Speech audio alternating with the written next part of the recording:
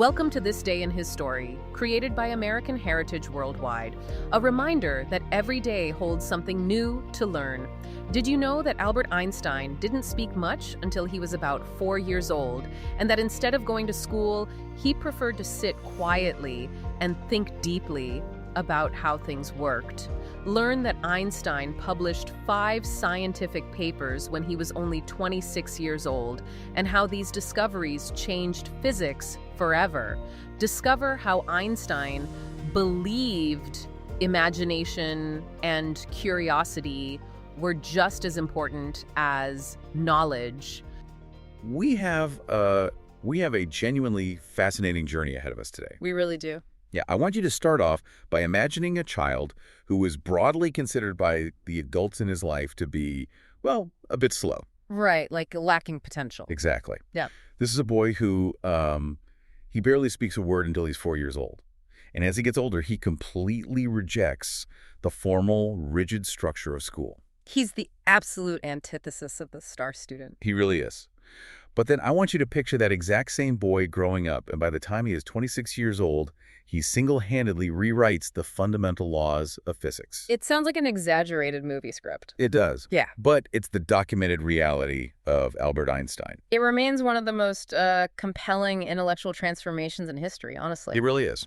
And to guide our exploration today, we're pulling from a curated stack of materials, primarily focusing on excerpts from a really comprehensive piece called Einstein, the Architect of Modern Physics. But we aren't just stopping at the biographical details. We also have a series of supplementary scientific and philosophical presentations that really dig into the mechanics of his mind. And that is exactly what we're here to do. Our mission for this deep dive is to look beyond the caricature of the wild-haired genius. Right, the pop culture image. Yeah, we are going to unpack his highly unlikely beginnings, decode the actual physics behind his miraculous burst of scientific breakthroughs in a single year, and then explore a very specific, unique philosophical lens that our sources provide regarding the pursuit of knowledge itself. I'm ready when you are. Okay, let's unpack this. Let's start right at the beginning. We're going back to March 14th, 1879, to the city of Ulm, Germany. Ulm? Yeah, this is where Einstein is born, and the environment he's born into is incredibly dynamic. You have this potent blend of influences in his home. A really interesting mix. Definitely. His father was a Jewish electrical engineer, bringing a highly technical, pragmatic element to the household. And his mother was deeply cultured. She loved literature, music, and was an accomplished pianist and violinist. You can immediately see the seeds of his later cognitive style being planted there. Oh, for sure. On one side, you have the strict practical mechanics of how the physical world operates, and on the other, you have the abstract mathematical beauty of musical theory. It's a rich environment. It's the perfect incubator. Yet, despite this intellectual stimulation, his early development actually caused his family a great deal of anxiety. Wait, because he didn't speak fluently until he was 4. Exactly. I mean, in today's education system, he likely would have been heavily penalized for that, maybe even put into alternative education tracks. Oh, absolutely. How did he slip through the cracks of a rigid 19th century German schooling system? Well, what's fascinating here is how the source material reframes his relationship with early education. He intensely disliked school, but not because the material was too difficult for him. He despised it because the environment was entirely built around rote memorization. Our materials emphasize that he preferred to just sit and think deeply about things and how they worked. He was a processor. Yes. This challenges our conventional metrics for intelligence. The traditional classroom just didn't have the patience for a child who needed to mentally dismantle the universe in silence. Which is so relatable, right? If I just sit and stare at the wall at my job, I'm pretty sure my boss isn't going to assume I'm formulating the next laws of physics. Probably not. But it's a brilliant point to consider for you, the listener. How often do we encounter someone, maybe a colleague or even our own kids, who just requires a longer processing time, and we incorrectly assume they are disengaged or failing to grasp the concept? Happens all the time. Einstein's childhood proves that silent contemplation can actually be the foundational strength of a world-changing intellect. It really highlights the difference between regurgitating information and actual comprehension. He needed the space to build thought experiments. And that requirement for quiet contemplation eventually builds to an incredible tipping point.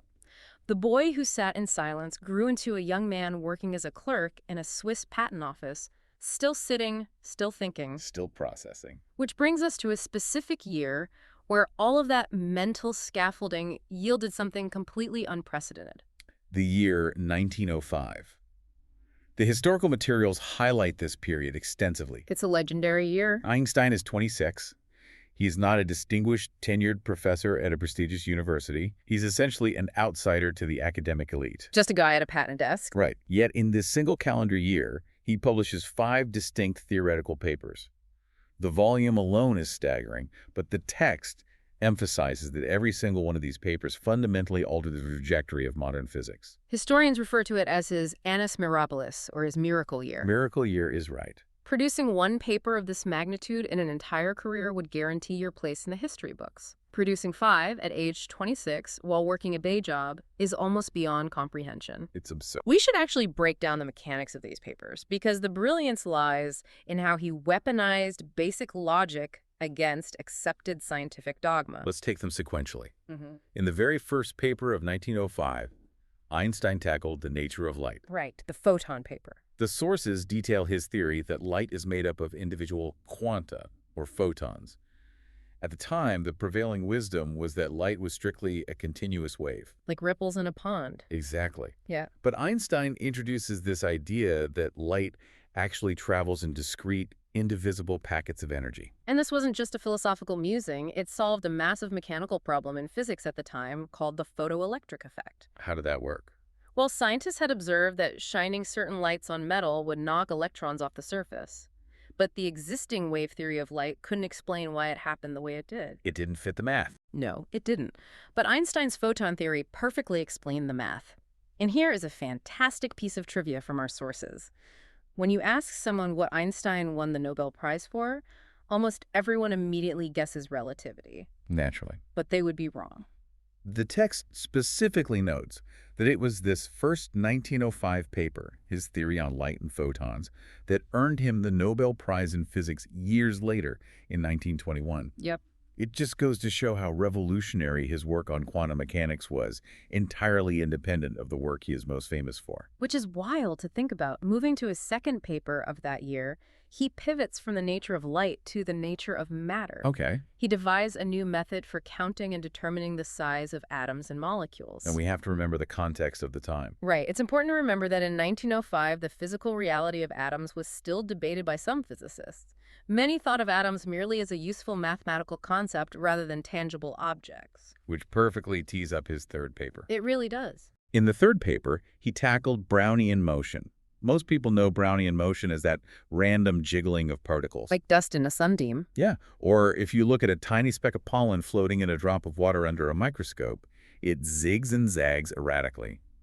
Scientists had seen this jiggling for decades, but couldn't definitively pin down the mechanics. Einstein didn't just observe the jiggle, he applied statistical mechanics to it. He did the math. He realized that this erratic movement wasn't random magic.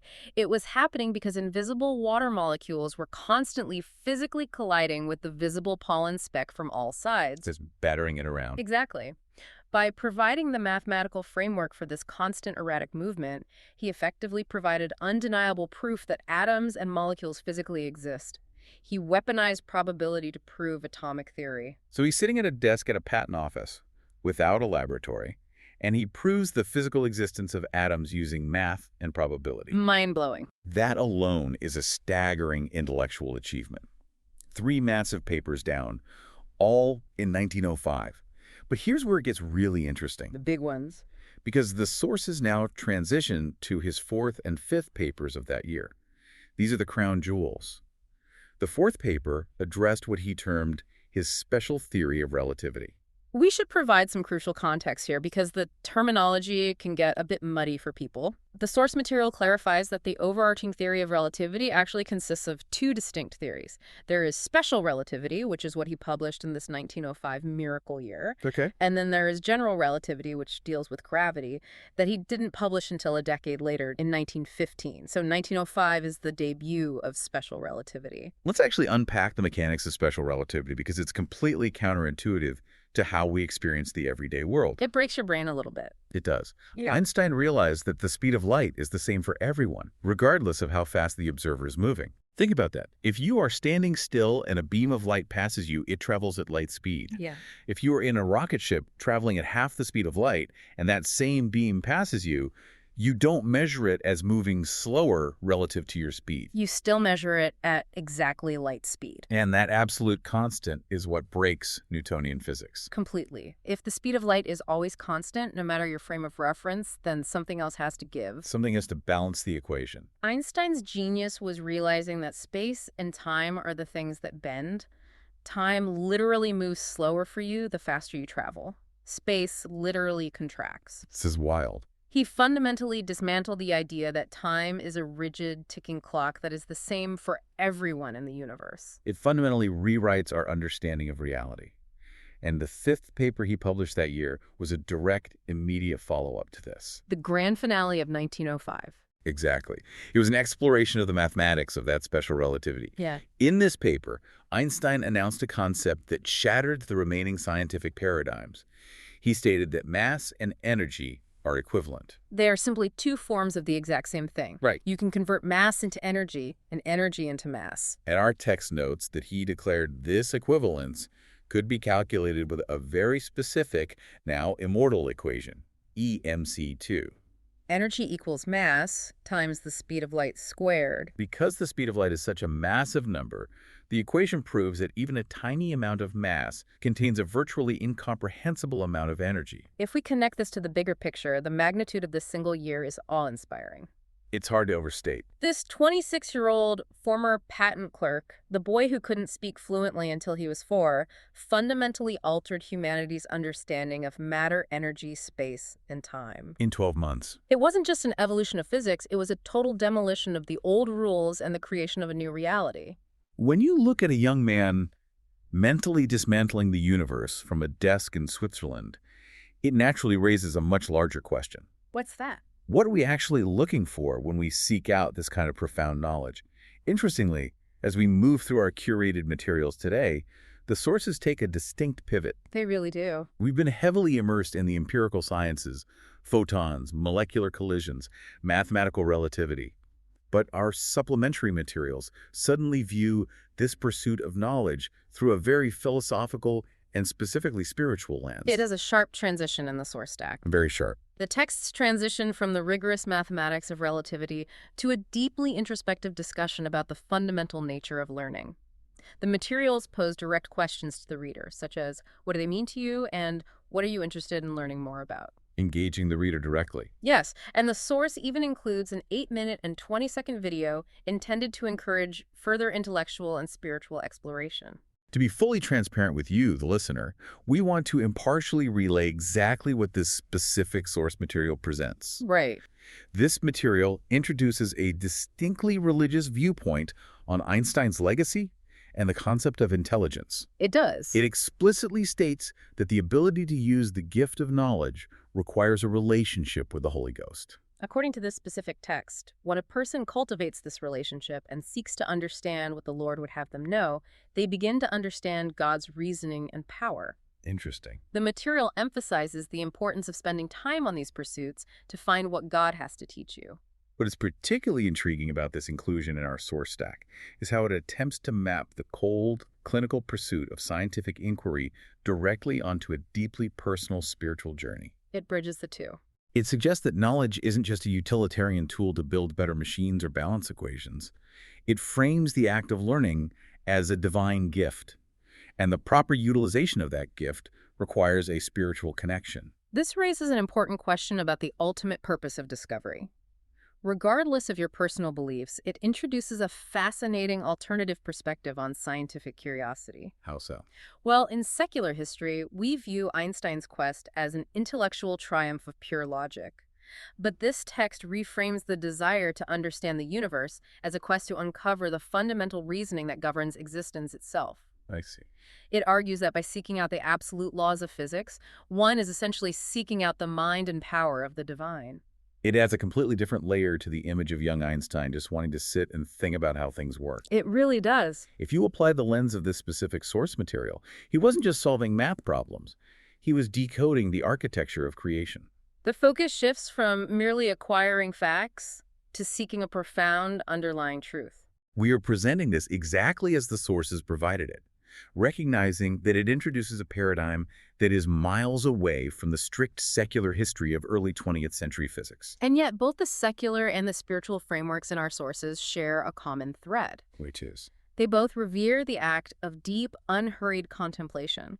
Whether you view knowledge as a result of statistical mechanics and logical deduction, or as a divine gift revealed through spiritual alignment, both require the seeker to step away from the noise and actually engage with the profound mysteries of the world. So what does this all mean? We have covered a massive amount of intellectual ground today, synthesizing a very diverse stack of materials. We really ran the gamut. We traced the unlikely journey of Albert Einstein, starting with a quiet, late-talking boy in Ulm, Germany, who frustrated his teachers because he rejected rote memorization in favor of simply sitting and thinking. The slow learner. Right, and we explored how that exact same processing style allowed him, at 26 years old, to unlock the quantum nature of photons, weaponize probability to prove the existence of atoms, and completely rewrite the rules of space, time, and energy with special relativity. All in 1905. And we concluded by examining a text that frames all of this knowledge gathering not just as an academic exercise, but as a spiritual pursuit of divine reasoning. It's a lot to process. If there is one core takeaway from synthesizing all these sources, it is that true genius and true understanding rarely comes from rushing through a curriculum. It requires the patience to question the foundational rules of reality. As we wrap up this deep dive, we want to turn the focus back to you. Reflect for a moment on how you approach your own learning and your daily consumption of information. Are you just memorizing the necessary facts to get through a meeting, pass a certification, or win an argument online? Or are you actively seeking to understand the deeper mechanics beneath the surface? It comes back to finding that critical space to process. And that leads me to a final thought I want to leave you with today. Let's hear it. We just spent this time exploring how Einstein's world-changing insights didn't come from a frenzy of busy work. They originated from his deep, uncompromising desire to just sit in quiet contemplation. Yeah. Today, we live in an era perfectly designed to prevent exactly that.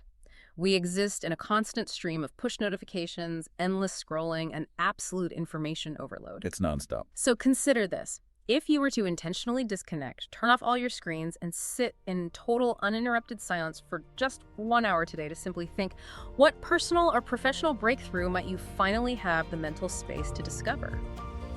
Thank you for joining us for this day in his story. May the lessons of yesterday inspire you to see God's hand today and to play your part in his story now. For more faith-based learning, visit ahsworldwide.org, the homeschool for faith and family.